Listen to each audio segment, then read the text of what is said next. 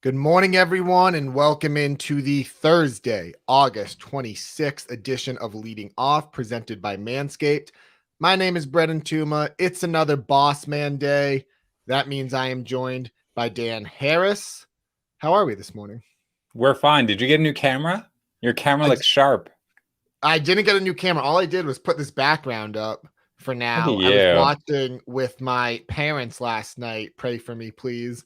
And they were commenting about like the white walls of Not my being good for background, you. so. Welcome to podcasting. Hello, Yeah. Tuma. You're now, by the way, let's pull the curtain back a little bit. So Tuma, I think at one point was probably a little nervous about hosting this podcast, which he should have been. Yes, don't lie. Hurling, again, was the word that everybody heard. And now the dude like adds notes to the show sheet, which is what we do. Joey P started it. There's a show sheet. Okay. It's like, hey, these are things we're going to talk about. I don't usually look at it that closely because it's for the host. When I'm the host, I make it the show sheet. And then he pops on this.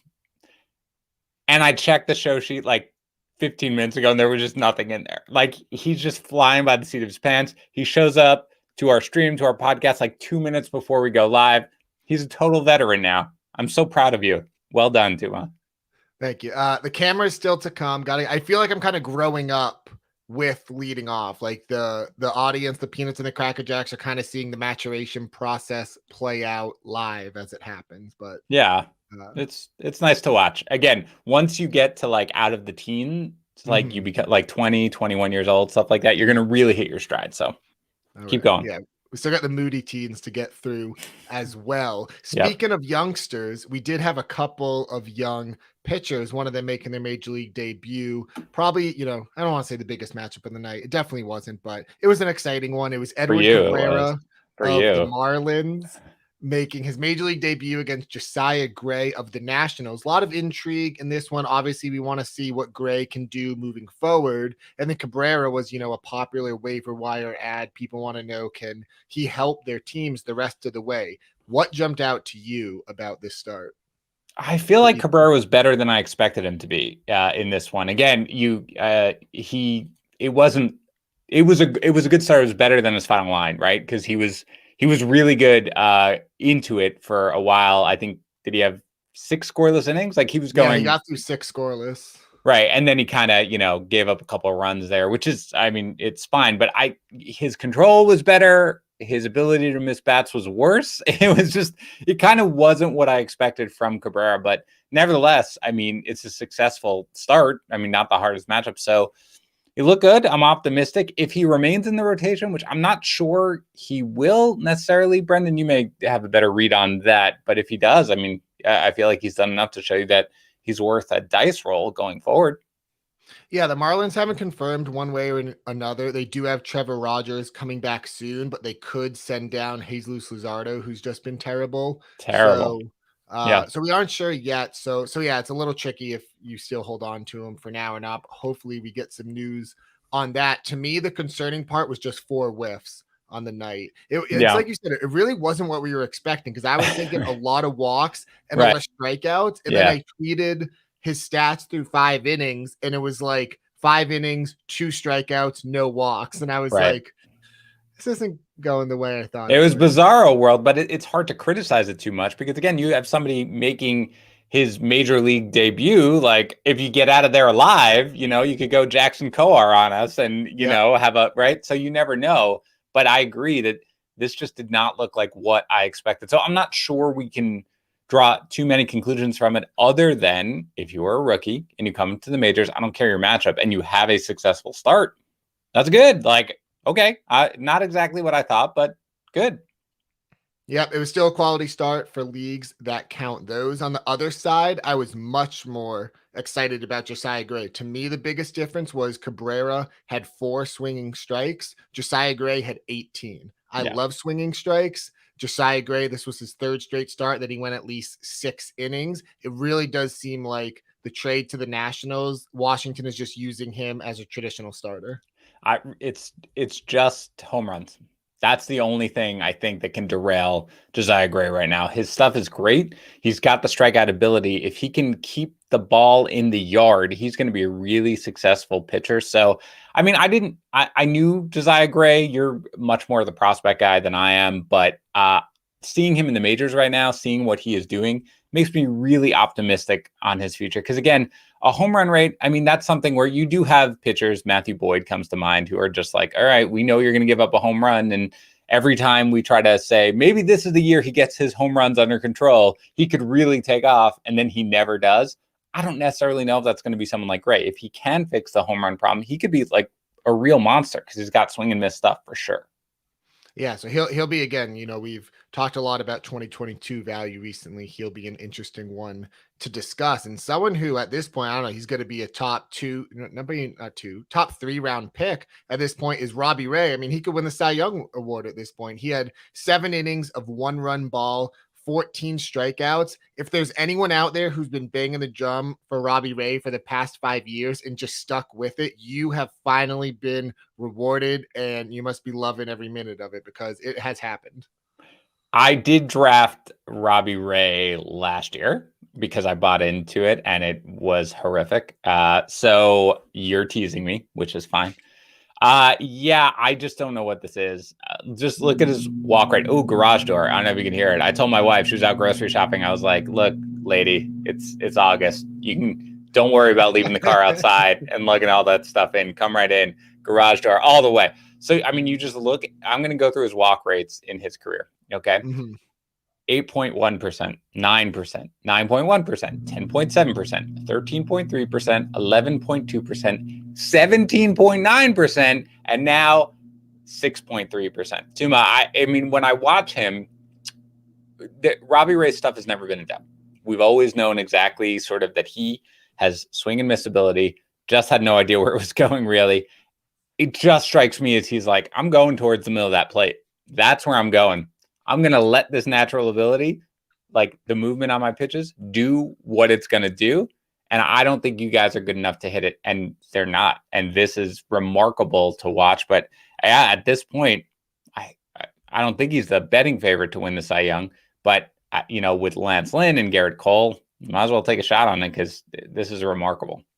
Yeah, and he's doing it in the AL East, so it's not even, ballpark driven or, division driven or anything like that. So Really exciting. One other note on that Blue Jays game is Jordan Romano, your boy, got the save. Yes. And I did hear some chatter that they completed a Ray Romano. Ray got the win, Romano got the save. Yeah. Well, I am all, me. I spend 90% of my fantasy baseball time getting mad about Jordan Romano not getting save opportunities. So the fact that he got one, is this back-to-back days? Am I making that up? I may, or tell me if I'm just insane. But yeah, Romano's quietly kind of become one of the best closers. Remember, was it Merriweather? Is that Julian Merriweather? Was he the guy who? Yeah. Right. We were like, oh no, whatever. And then you had Rafael Dolis, who's since been released. Romano, the best. And now you've got a Ray Romano. I love it. Nice bit. I don't know who said that, but that's good. The chat here is talking about Tariq Skuba, who had a good start. I had the Orioles finally winning as the third, quote unquote, good thing that happened, but the Orioles suck. No one cares about that. Let's move on to Skuba. The chat is interested. Sorry, Ryan. The chat is interested in Tariq Skuba, and I am as well. He pitched 5 innings, 2 hits, both solo homers, 10 strikeouts, and 1 walk. In August, he has a 2.04 ERA, 27-3 strikeout to walk ratio. He hasn't walked more than 1 batter in a game since the end of June. So I'm really interested in his development. He still has a homer problem, kind of similar to Josiah Gray. I think he's given up the 3rd most homers in the league, but I'm always going to be willing to buy in on the strikeouts and if the walk rate stays in check. I've just kind of avoided all these Tigers pitchers this year. I've tried not to think about them too much, even though, again, the Tigers, when you think of like, oh, Tigers are one of the worst teams in baseball, but really, other than kind of the first month, they've been absolutely fine, and they're not an embarrassment or anything like that. But he has struck out more than 10 batters per 9 innings this year. He's walking fewer than 3 batters per 9 innings. The homers at basically 2 per 9 innings is not something that's you can live with as a major league pitcher. But he does have a 4.01 ERA, a 126 WHIP. Yeah, I mean, his future is bright, and you can kind of roll him, especially with how hot he's been. Like you said, you can roll with him for the rest of the year. Mayor and I did a recent show recently where we were talking about the top prospects coming up and not hitting right away, but some of these rookies are like figuring it out as they go. Andrew Vaughn, Wander Franco. I think Skuba's in that mix because the season-long numbers aren't, eye-popping necessarily, but if you've been studying the trends closely throughout the season, then there are some changes being made, and it's really exciting. I think he's, again, another 2022 guy to talk about. Yep. The bad for Wednesday's slate, Zach Wheeler, 8 innings, 10 hits, 7 runs, 5 of them were earned. He did have 10 strikeouts. Yeah. If they had just taken him out, Joe Girardi left him in too late, I think. But if they had just taken him out, this would have been a great start. There's nothing to worry about. You're still, obviously, what are you going to do? Not start Zach Wheeler? Yeah, I would drop him. Sorry, that's my bit. Now every time somebody does something bad, Bo Bichette, that drop him. Yeah, look, he's thrown a ton of innings, obviously, and we've talked about it a little bit in that. Other than that start against the Mets, he there's been a few cracks, and again, this incorporates the start in August. He's got a 4.62 ERA. Now, again, you're right. Sort of, he was really good through 8, and if they had taken him out, it was fine. And there were 2 of the unearned runs. I think McCutchen lost a ball or something, so yeah. that has a tendency to derail a pitcher a little bit. Wheeler's fantastic. If anything, the best I could say is, yes, number one, you're obviously starting him rest of the season. But number 2, maybe this will, I'm sure it won't because I think people will be into enough, but maybe this will push his draft price down a little bit. Yep. But again, we do have to remember, Brendan, I talked about this, I think with Mayer, maybe 71 innings last year. Again, he's at 176. I get that the dude is a horse, but at some point they're going to need to rein him in a little bit. But yeah, the main point, that was a lot of talking to say, yeah, you're right. Just still start him basically and monitor what we've got going forward. This is how people know that you and I have the sickness, the fantasy baseball sickness, because it's August and we're already thinking about our drafts next March. They're 2022. Of course. Yeah. So I think what we should do, Tuma, this year, which I did not do last year, but I think we should start doing some of those like drafts in November. Like, let's see where people, right? I think that's what we've got to do. Maybe we'll throw on a couple baseball shows here. Maybe you and Mayor. I don't really care. Maybe we'll do some baseball shows where we'll be like, let's talk baseball. Because I know Go Card's going to yell. It's going to be like November. He's going to be like, why aren't you guys talking baseball yet? What's going on? Wonky Penguin's going to be making little league home run calls. So we got to give the people what they demand. There you go, Mayor. He's the innings guy. That is something that is, important to monitor. So Zach Wheeler, don't be concerned. He's been overall great this year. He used to be on the Mets, but he's not anymore. 2 other bad things that happened. Jack Flaherty went to the IL with the right shoulder strain. There's no structural damage, but I think it's just one of those things where at the point in the season where he's not going to have time to make it back. So yeah, that is a bummer. Tristan McKenzie also went to the IL with a shoulder injury. He might come back. I'm just really bummed about this because I think he was he was set up to help people win leagues down the stretch. Yeah, this sucks. This was like finally something that looked like he had kind of figured out, and maybe he hadn't. Maybe this was just a very short, dominant stretch that he was doing, but he looked great. Like, I was excited about him. And if you added him, you were like, all right, here it comes. And I remember the beginning of the year, I thought people were kind of too excited about him. I get that he, has, a limited track record of success, but basically I'm the opposite of Mayer. I feel like there's a finite amount of liking Indians pitchers that you can do. Mayer is obsessed with all of them. I basically fade all of them, and then we equal out in the middle. But right now, I was kind of starting to buy in on this, and it just stinks because, he's probably not going to give you much rest of the season. Big bummer. Let's transition to some hitters. Alex Bregman finally returned. He went 2 for 5 with an RBI and a run scored. I did see some questions about people wondering how healthy he actually is. So he could receive an extra day off here or there. But overall, you're excited to have Bregman back. And I think Aledmus Diaz, who has been hot, will probably lose the most time. Yeah, I think that's right. It's hard because, the issue was that the A's were pushing them a little bit. Now there's a little bit of distance. They're 5 games up. They're probably going to win that division. So they don't have to go, as hard as they necessarily thought they might have to. So there's no reason for them to push a guy like Bregman or really anyone. So I think if they can add to that lead a little bit, then I think you're definitely going to see a lot of these guys just sort of in and out of the lineup going forward.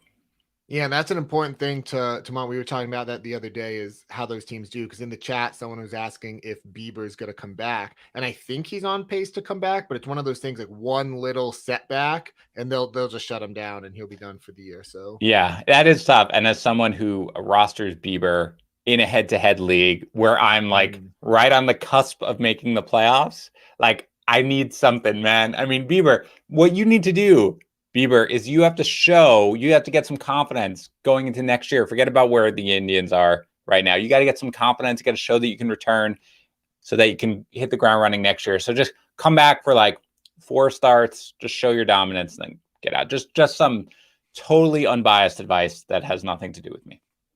Some big August performers. Paul Goldschmidt had 2 homers and a stolen base yesterday. He's hitting .345 with 4 homers and 4 steals in August, turning it around. Wander Franco went 3 for 5 with 2 doubles and 2 runs. He has 8 doubles in his past 11 games. He has really turned it on in the second half. And Kyle Schwarber homered for the Red Sox, his first as a member of the team, and he's hitting .379 since being activated. So he's kind of picking up. Remember how crazy hot he was in the middle of June with that home? So he's kind of picking right back up where he left off.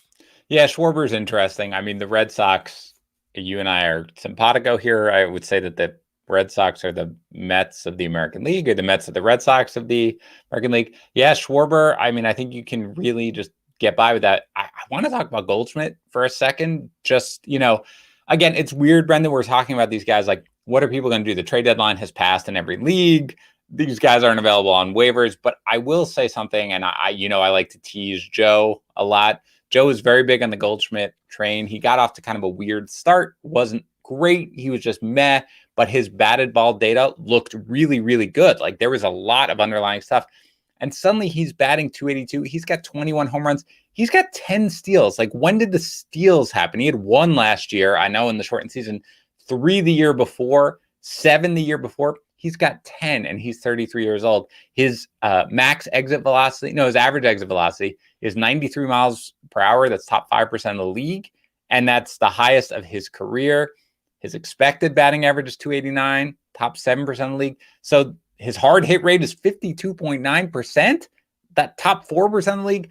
Goldschmidt is just somebody who, like, I don't know what you do necessarily in a keeper league necessarily, like the one that you and me and Mayor play in, where it's not really a long-term one. It's not dynasty league. There's a finite. Goldschmidt is a guy who I think there's been just very, very few signs of any sort of decline. This is one of the best seasons of his career. His walk rate's a little down, but still, I think he's probably adjusted to that. Just an awesome season from Paul Goldschmidt that I feel like we didn't talk that much about on this podcast. That's great, but the steal, I honestly didn't even notice. I had the note. 10 steals in August. Yeah, that's a 10 great steals. That used to be his thing when he was a consensus first round pick in fantasy, was that he'll chip in, 20. Didn't he steal up to 25 bases one year? Yeah, I at one point he had 32 steals in 2016. Wow. But then, again, 18, 7, 3, 1, and stolen bases, as we've said, is kind of the product of desire. That's if you want to do it. And you assume that his speed, I can check his sprint speed somewhere. It's like middle of the road, 36%. So he's not like super fast, but he's also, Brendan, been caught 0 times. 0. 10 steals, 0 caught stealings. He's just like very smart base runner. Reminds me of like a guy like Albert Pujols, right? Never fast, but just an elite base runner. That's kind of what Goldie's turning into. I hope Go Cards really enjoys this discussion right now of the fact that we are talking about his Cardinals. But yeah, this is great. And it's, if you got him this year in a keeper format at a reasonable price, there is very little to be worried about going into next year, other than maybe the dip in walk rate, again, down to 9.2%, career 13.3%, always with an older player. But again, with how hard he hit the ball, with him running, just a really great season for Goldie. Great comment from Mayor there. Product of desire, deep philosophy from Dan. It's true. When I write my novel, my autobiography at the end of my life in like 90 years, because my kids have informed me that I'll probably live to be like 120 or something like that. Just, probably correct. That's what it'll be called. Dan Harris, product of desire. Works for me. That works. A couple other quick hitting notes. The Rockies went off on the road yesterday, so I just want to highlight them quickly. Connor Joe kept hitting, so if you need some instant impact, he's someone you could consider picking up. And Brendan Rogers went 4 for 10 in the doubleheader. He came back in the middle of the season, and he took like a week or two to get going, which that happens sometimes. It's basically like spring training for them. But since June 2nd, he's hitting 305 with an 871 OPS. Middle infield's really tough. I know Brendan Rogers kind of became like the new Garrett Hampson. Pick him up, drop him, pick him up, drop him. If you've just left him in this whole time, like a 305 batting average, cannot complain about that. I know Mayor hates him. Yeah, Mayer really has certain guys that he's just off. Oddly enough, he's totally in on Zach Plesac, which makes absolutely no sense to me. The weird thing about Rogers, Brendan, and I didn't mean Rogers, Brendan, I meant Rogers, Brendan, is that, like, first of all, I understand why fantasy managers probably aren't that excited because it's not as if he has this dominant stretch. He's just kind of been good, right? He's just kind of been good. But the fascinating thing for me is he has played 35 games at home. He has played 35 games on the road. He has 2 homers at home and 8 on the road. Like, if he starts hitting at home, I mean, his batting average is better because that's what Coors Field does, but still 10 home runs, 8 of them on the road. That's good. And especially we talked, maybe Mayor, I can't remember. You guys are interchangeable to me. But when the Rockies first went on the road this week against Kyle Hendricks and they hit him pretty decently, we were like, well, Rockies, especially their first game after a week at home. But the fact that they're doing this right now, really, I mean, good. That's fantastic. But I'm not exactly expecting it to continue. But Brendan Rogers, again, a guy with speed, untapped power a little bit. Nobody really seems to care about him, probably because Mayer talks him down. So, I mean, certainly if he's out there, pick him up. Dan, what's the worst pain you've ever felt in your life? The first time I had to do a podcast with you. Now, take that amount of pain and imagine if you ever had a grooming accident. Oh God, that you would never want to have, right? You would never ever want that to happen. So no one here, we don't want anyone who listens to Leading Off that to happen to. It's why you got to get Manscaped. The Lawnmower 4.0 is a new multi-function on-off switch that can engage travel lock, created for people who like to travel. The Lawnmower 4.0 gives you the ability to turn the 4000K LED spotlight on and off when needed for a more precise shave, and it even comes with additional guard length for sizes 1 through 4, and looks-wise, it's sleeked, a 2-tone matte and gloss finish, even features a hot fail stamp black chrome Manscaped logo. We don't want that type of pain. Imagine Dan's pain having to do a first-time podcast with me. Had a feeling that's where he's going to go with that. Yeah, I'm on the spot, Tuma. I mean, that's just what comes out. Insult is what comes out when I'm on the spot. Go ahead. But you can get 20% off and free shipping with the code leading off at manscaped.com. Do not want any grooming accidents ever. Again, that's 20% off with free shipping at manscaped.com. Just use the code leading off. Sorry, I'm when you hear us laughing, by the way, if you're listening to this on a podcast, I'm sorry if it's annoying to you. We do live stream this. You should go to youtube.com/FantasyPros MLB and come with us at 9 a.m. in the morning, occasionally 9:30 when there are kids or school obligations. And the people like to tease Tuma sometimes about his transitions and about his sign-offs. And so occasionally I am showing comments on our YouTube screen so that everybody can enjoy. So there was a good one there. That's what that laugh was. I apologize. You killed it with that segue and the transition and the read, Brendan. I'm so proud of you. Thank you. I appreciate it. Yeah. So some duds from Wednesday. Trevor Story went 0 for 8 in a doubleheader and left a game with an injury. That just sucks when the Rockies score that many runs and he doesn't produce. Adam Frazier went 1 for 6 with a walk. Since the trade to the Padres, he's hitting just 229. He has a 50 WRC plus. He's been 50% worse than league average. That stinks. And then the other big dud was Alex Reyes, who blew his 3rd save. And he's still the locked-in closer there. But since July 4th, he has a 6.35 ERA. We've been talking about Chapman and Barnes lately. But Reyes was kind of flying under the radar as another top 10 closer who's been struggling. Yeah, again, Joe's bold prediction was he wouldn't blow a save, but he recognized, as we talked about, was the fact that control was not coming around. Okay, this was not something where he was like, all right, I still got to figure things out. Like, it just never was. And eventually, you might be able to get by for a full season on it. Like, that just happens sometimes. But for the most part, eventually, that is going to catch up with you. So that's something, obviously, that, is worrisome for sure. Frazier, again, this was so horrible because when he was finally traded, everybody was like, look, Adam Frazier finally off the Pirates, and he's just been terrible. And Story reportedly, by the way, says that he is fine. So even though he's removed with a leg injury or whatever, he says he's fine. But yeah, this is something, by the way, Tuma, assuming that Story leaves Colorado next year, I don't know how I'm going to feel about him. I really don't. I mean, you've seen like Nolan Arenado, who's kind of turned into a very solid hitter, but kind of a mid-round pick. I wonder where we're going to have Trevor Story ranked next year. Yeah, definitely not in the first or second where he's lived for the past few years, for sure. Yep. News and notes. Ian Anderson is expected to return on Sunday against the Giants. I'd probably sit him for that one. Just his first start back. It's a tough matchup, but it's good that he's coming back. Some other pitchers coming back. Carlos Rodon is expected back today against the Blue Jays, and Yu Darvish is expected back today against the Dodgers. The other note I had here was about Cavan Biggio, who I guess this could have been a dud, but he's been on a rehab assignment, and now he's week to week with an elbow injury, and it's just been a total mess. Like, he wasn't performing. Now he can't even get back. You don't need to roster or stash Cavan Biggio. Correct. I was like the last person on the Cavan Biggio train in draft season. Everybody was fading him because the batted ball data looked so horrible. And I was like, great, I'll just take him because he's eligible everywhere and he chips in and maybe he'll bat at the bottom of the lineup. But yeah, if you roster him still for some reason, there is no need to, for sure. Home run updates from Dan, and I will just mention that I think Joe got one from his Bryce bot. Yeah, I totally forgot that Joe basically called Bryce Harper into perpetuity. So he does get one. He moves up to 24, third, behind, of course, D. Gordon Liddy at 27 and Randy at 26. By the way, Brendan, do you have any idea D. Gordon Liddy, what that's a play on at all? D. Gordon, the baseball player? Okay. Tough guy.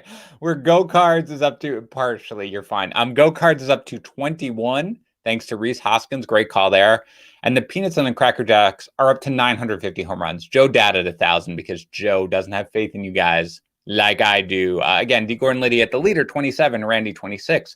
Joey P at 24, Useless Panic 22, my best friend Wonky Penguin stuck at 21. You're going to get there, Wonky. Don't you worry about it. Along with Lawnmower Man 4.4 and Go Cards again with that home run up to 21. Turf Durgerson, Pygo, Helpless in Miami, and K on SD are at 20. And then I am stuck with Mayor at 19. I think I'm 19. Mayor actually excluded me from this list because he hates me and he wants to be better than me. But I'm pretty sure I'm at 19. DFS notes for the night. It's a 9-game slate tonight, Thursday. There are some interesting aces. To me, Max Scherzer is the guy to build around over Chris Sale or Yu Darvish. Do you have a preference with any of those big three? There is a 0.0% chance I'm going after Darvish. That's for sure. On his first start back. Like, that's just my general philosophy. I'm totally fine. I mean, he's the same price as Chris Sale. I know, you probably generally will fade Sale a little bit because I don't think you think the innings are there. So I'm definitely fine to go with Scherzer against the Padres. I know it's not, the greatest matchup or anything like that necessarily, but I will also go with Scherzer.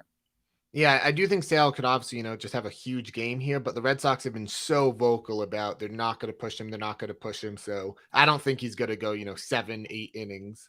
Type thing like that. Is there any other pitcher here you'd consider? Miles Michaelis, Eliezer Hernandez, Yusei Kikuchi, or Jameson Taillon? Yeah, I mean, I'm not gonna do Michaelis. That's just there's no way on a good day. I don't mind Eliezer Hernandez. He looked pretty decent when he first came back, and again against Washington, I think that's a matchup that you can pick on. So I do think that he might be fine. Kikuchi again against the Royals, GPP play for sure, but somebody who you can go for, or as a secondary arm on DK where he is 7,300. And I don't mind Taillon, that I don't love the salary on FanDuel at the very least. At 9,200, I'm not going there, but as a secondary arm for 7,800 on DraftKings, I don't mind it necessarily against Oakland. So those are really the only other guys I'm looking at. Yeah, I was just going to say that price discrepancy on Taillon, definitely not on FanDuel, but he's much, much more reasonable on DraftKings. Some game stacks, target the Kellers, the Cardinals versus the Pirates and Mitch Keller, and the Mariners versus the Royals and Brad Keller. I'm streaming Brad Keller in a league today, Mayor, so I don't like seeing that note there. What? God, maniac that you are. The Mariners can't hit. Dan, some lineup builders for tonight. Yeah, let's get into it. Tom, by the way, Mayor does the lineup builders. I'm just regurgitating. Can we talk about how amazing he is? He was like Connor Joe on the road. I was like, that's terrible. Franmil Reyes, we talked about how he had been slumping. Hits a bomb last night. Way to go, Mayor. He's the best. Tommy Edman, 3,000 on FanDuel, 4,200 on DK. You know where Mayor is going right now. He's going against the Killers. Jesus Aguilar, one of the leaders in RBI against Washington, 2,900 on FanDuel, 3,500 on DraftKings. Hunter Dozier against Seattle, 2,800 on FanDuel, 2,700 only on DraftKings. So a great value there. Abraham Toro, we talked about. We didn't talk about this one, but earlier this week, Royals, 2,800 on FanDuel, 3,800 on DraftKings, and Pavin Smith against Philadelphia, 2,800 on FanDuel and 3,300 on DraftKings. Those are your lineup builders and your game stacks for DFS on Thursday night. We have made it towards the end of the program now, and Dan, this is your last episode for the week. You're done with leading off for the week. Are you skipping the home run calls? You've done the 75. So close to a perfect show, and he forgot the home run calls. It's fine. I'm going with Jose Ramirez. By the way, I think Jesse, our guy Jesse Canino, going with Franmil. I'm going with Jose Ramirez here to go deep off Jordan Lyles. Let's go. And what are you doing with the home run call, Tuma? Do you even make one? Do you even care?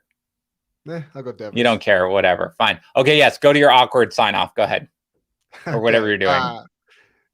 By the way, the home run calls, if you want to make them, obviously you need to be in the Discord for Fantasy Pros. It is Discord. Again, this is just not an ad read or anything. It's just my honest 2 cents. I had never used Discord before this season. It's really cool. It's a great place to interact. You can get trade advice, waiver wire advice, all that stuff. So Mayor's yelling at me to stop missing the home run calls.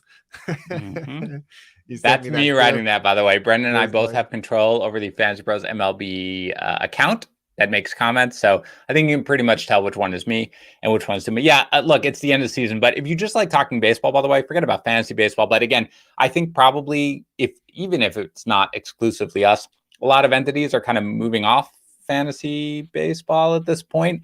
There is nonstop fantasy baseball talk in Discord, fantasypros.com/chat. The Peanuts and the Cracker Jacks, they're fantastic. It's not just us. You don't need even the analysts. You just have people giving advice to each other. Again, fantasypros.com/chat. It is included with your Fantasy Pros premium subscription. So get in there. It's a lot of fun. I also randomly do AMAs, which I did last night, randomly when I'm watching one of the original Spider-Man with my kids so that they can understand the new Spider-Man that's coming out, where Doc Ock is going to make his return per the trailer. Brendan, you probably never saw the originals because they were out before you were born. Wait, Marvel and comic book hero movies I'll challenge you head to head on any. Well, Marvel.